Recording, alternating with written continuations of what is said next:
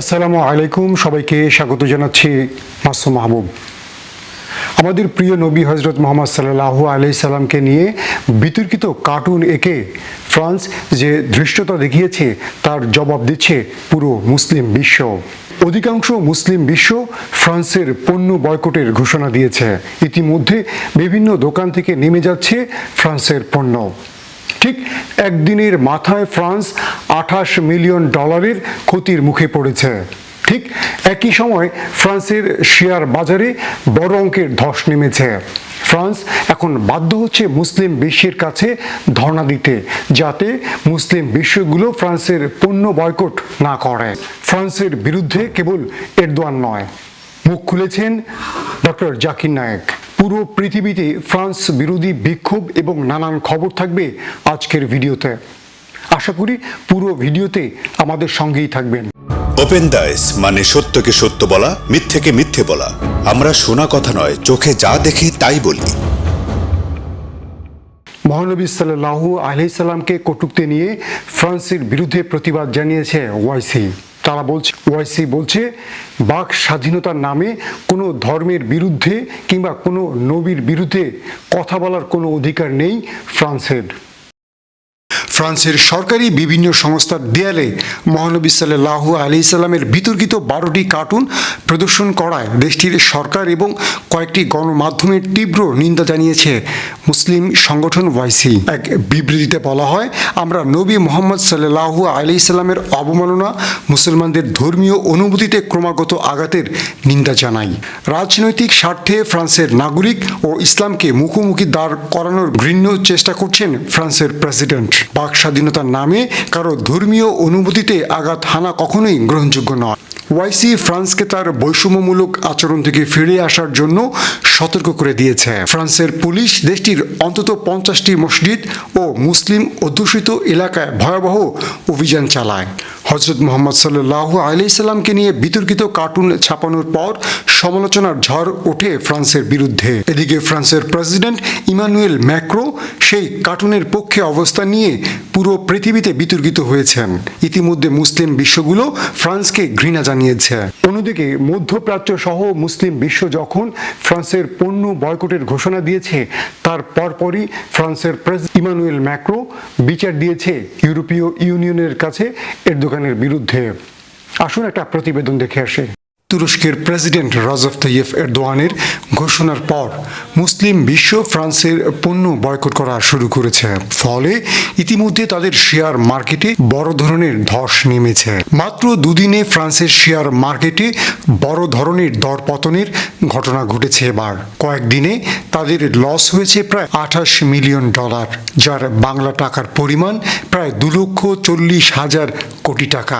এভাবে চলতে থাকলে তাদের অবস্থা ভয়াবহ হবে বলে বিশেষজ্ঞদের ধারণা। এরই মধ্যে ফ্রান্স মধ্যপ্রাচ্যের রাষ্ট্রপ্রধানদের পায়ে পড়ার চেষ্টা করছে। ফ্রান্স সরকার কূটনৈতিক দৌড়ঝাঁপ শুরু করেছে। বলা হয়ে থাকে, মধ্যপ্রাচ্য হচ্ছে ইউরোপের নাম্বার 1 মার্কেট। তারা কোনো পণ্য বয়কট করলে সে কোম্পানির লাল বাতি অনিবার্য। ইতিমধ্যে ফ্রান্সের অর্থনীতি ভেঙে পড়েছে। এরই মধ্যে মধ্যপ্রাচ্য সহ আরও অনেক দেশ ফ্রান্সের পণ্য বয়কট করা শুরু করেছে। অর্থনীতিতে বড় রকম ধসে পড়ে তুরস্কের প্রেসিডেন্ট রজব তাইয়েপ এরদোয়ানের বিরুদ্ধে ইউরোপীয় ইউনিয়নে নালিশ করেছে ফরাসি প্রেসিডেন্ট ইমানুয়েল ম্যাক্রোর মানসিক চিকিৎসা প্রয়োজন এমন মন্তব্য এবং ফরাসি পণ্য বয়কটের ডাক দেওয়ার পর এরদোয়ানের বিরুদ্ধে ব্যবস্থা নেয়ার আর্জি জানিয়ে এ নালিশ করেছে ম্যাক্রো। একই দিন ইউরোপীয় কমিশন থেকে এরদোয়ানকে সতর্কবার্তা দেওয়া হয়েছে বলে জানা গেছে। ইউরোপীয় ইউনিয়নের একজন মুখপাত্র বলেছেন, কোনো সদস্য রাষ্ট্রের পণ্য বর্জনের আহ্বান কমিশনের চেতনা পরিপন্থী এবং এ ধরনের পদক্ষেপ তুরস্ককে ইউরোপীয় ইউনিয়ন থেকে আরও দূরে নিয়ে যাবে। ডাচ প্রধানমন্ত্রী মার্ক রুটে বলেন, বাক স্বাধীনতার পক্ষে এবং উগ্রবাদের বিরুদ্ধে তার দেশ ফ্রান্সের পাশে আছে।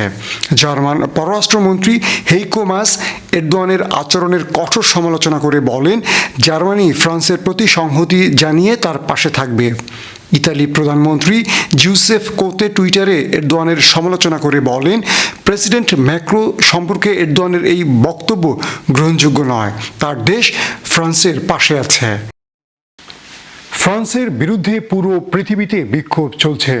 কেবল মুসলিম দেশেই নয়, বিভিন্ন অমুসলিম দেশেও প্রতিবাদ করছে লাখো মুসলিম জনতা। ফ্রান্সের কটূক্তির বিরুদ্ধে তুরস্কের মাটিতে লাখো জনতা এক হয়েছেন। সেখানে তারা হযরত মুহাম্মদ সাল্লাল্লাহু আলাইহি সাল্লামের উদ্দেশ্যে দুরূদ পাঠ করেন এবং প্রতিবাদ জানান ফ্রান্সের।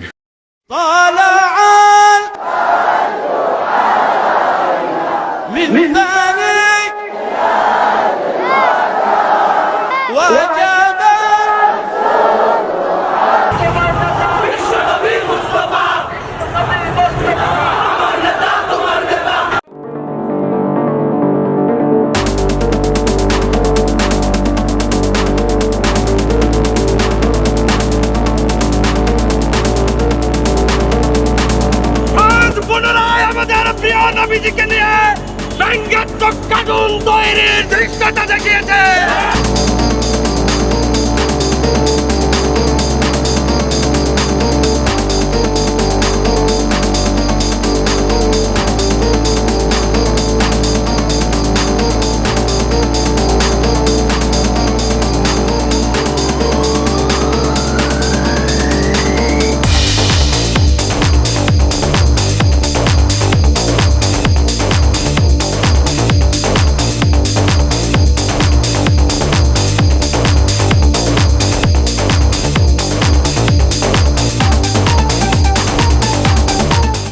মহানবী সাল্লাল্লাহু আলাইহি সাল্লামকে অবমাননার প্রতিবাদে অবশেষে কথা বললেন পৃথিবীর number 1 Islamic scholar doctor Zakir Naik.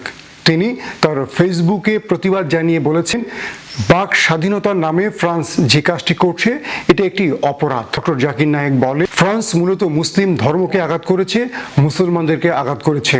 এই ফ্রান্স বাক স্বাধীনতার নামে যা করছে সেটা মেনে নেওয়া যায় না। ডক্টর জাকির নায়েক বলেন, পৃথিবীর বিভিন্ন দেশেই ফ্রান্স একটা সময় গণহত্যা চালিয়েছে। তারা আলজেরিয়াতে লাখো মুসলমানকে হত্যা করেছে। And he went on to say that it is wrong to portray your religious feeling in public. France believes in freedom of speech. আমরা সবাই জানি মধ্যপ্রাচ্য হলো ইউরোপীয় দেশগুলোর সবচেয়ে বড় মার্কেট। অর্থাৎ ইউরোপের অধিকাংশ দেশগুলো তাদের ব্যবসা বাণিজ্য চালাচ্ছে এই মধ্যপ্রাচ্যে বেচা কেনা করে। সেই মধ্যপ্রাচ্যে যখন ফ্রান্সের পণ্য দোকান থেকে সরিয়ে ফেলা হচ্ছে, তখন ফ্রান্সের ব্যবসা বাণিজ্যে লাল বাতি জ্বলে গেছে। ইতিমধ্যে ফ্রান্স মধ্যপ্রাচ্য বা আরব রাষ্ট্রের কাছে দুহাত পেতে অনুরোধ করছে যেন কোনোভাবেই ফ্রান্সের পণ্য বয়কট করা না হয়। মহানবী সাল্লাল্লাহু আলাইহি সাল্লামের কার্টুন প্রদর্শন করে বিশ্বজুড়ে ফ্রান্সের ইসলাম বিরোধী অবস্থানের প্রতিবাদে ক্ষোভ দেখা দিয়েছে মধ্যপ্রাচ্য সহ এশিয়ার বেশ কিছু দেশে। বিশ্বের বিভিন্ন প্রান্তে ফরাসি সামগ্রী বর্জনের ডাক দিয়েছে মুসলিম সংখ্যাগরিষ্ঠ অনেক দেশ। প্রেসিডেন্ট ইমানুয়েল ম্যাক্রোর বিতর্কিত মন্তব্যের কারণে আরব অঞ্চল সহ মুসলিম বিশ্বে ফরাসি পণ্য বয়কটের হিড়িক পড়েছে। অনেক খ্যাতনামা চেইন সব ব্যবসা প্রতিষ্ঠানগুলো বন্ধ করে দিয়েছে ফরাসি পণ্য বিক্রি। পণ্য বয়কটের জন্য তুরস্কের নাগরিকদের প্রতি আহ্বান জানিয়েছিলেন তুর্কির প্রেসিডেন্ট রজব তাইয়েপ এরদোয়ান। প্রথমবার পণ্য বয়কটের ডাক আসে কুয়েতের বিভিন্ন মার্কেট থেকে। কাতারের ব্যবসায়ীরা ফরাসি পণ্য দোকান থেকে বের করে ফেলে দিচ্ছেন, আবার কেউ কেউ সরিয়ে নিচ্ছেন, আবার অনেকেই নতুন অর্ডার বাতিল করছেন। ম্যাক্রোর এমন কাণ্ডের পর বেশ কয়েকটি আরব দেশ ফ্রান্সের পণ্য বয়কটের ডাক দিয়েছে। এরই মধ্যে টনক নড়েছে ফ্রান্সের। এবার তারা আরব রাষ্ট্রের কাছে ধর্ণা দিচ্ছেন যাতে আরব রাষ্ট্র তাদের পণ্য বয়কট না করে। করোনাকালে এই বয়কটের সুদূর প্রসারী প্রভাব আজ করতে পেরে আরব দেশগুলোর প্রতি পণ্য বয়কট বন্ধের অনুরোধ জানিয়েছে ফ্রান্স সরকার। পাকিস্তানের প্রধানমন্ত্রী ইমরান খান ইসলাম এবং মুসলমানদের আক্রমণ করায় ম্যাক্রোর নিন্দা জানিয়ে বলছেন তিনি একজন মূর্খ প্রেসিডেন্ট। এদিকে ফরাসি প্রেসিডেন্ট ইমানুয়েল ম্যাক্রো ক্ষমা না চাইলে অ্যামাজন বনে জ্বলতে থাকা দাবানল নিয়ন্ত্রণে G7-এর $2 কোটি 20 লাখ অর্থ সহায়তা গ্রহণ করা হবে না বলে স্পষ্ট জানিয়েছেন ব্রাজিলের প্রেসিডেন্ট জেইর বলসোনারো।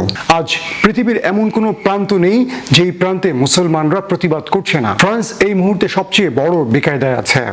পুরো পৃথিবীর বিভিন্ন অঞ্চল থেকে একটি প্রতিবাদ আসছে ফ্রান্সকে বয়কট এবং ফ্রান্সকে ক্ষমা চাইতে হবে। দর্শক, আমাদের প্রিয় নবী হযরত মুহাম্মদ সাল্লাল্লাহু আলাইহি সাল্লামের বিরুদ্ধে ফ্রান্স যে ধৃষ্টতা দেখিয়েছে তার জন্য তাকে ক্ষমা চাইতে হবে। এরদোগান যখন ইমানুয়েল ম্যাক্রোকে পাগল সাব্যস্ত করেছে এবং ফ্রান্সের পণ্য বয়কটের ঘোষণা দিয়েছে, তখন ইউরোপীয় ইউনিয়নের বাকি বিধর্মী রাষ্ট্রগুলো এক হয়েছে। তারা এরদোয়ানের বিরুদ্ধে একটি জোরালো প্রতিবাদ এবং ব্যবস্থা নেয়ার চেষ্টা করছে। আমি মনে করছি মুসলিম বিশ্বের উচিত হবে এরদোয়ানের পাশে দাঁড়ানো। আজ এরদোয়ান একাই প্রতিবাদ করবেন কেন?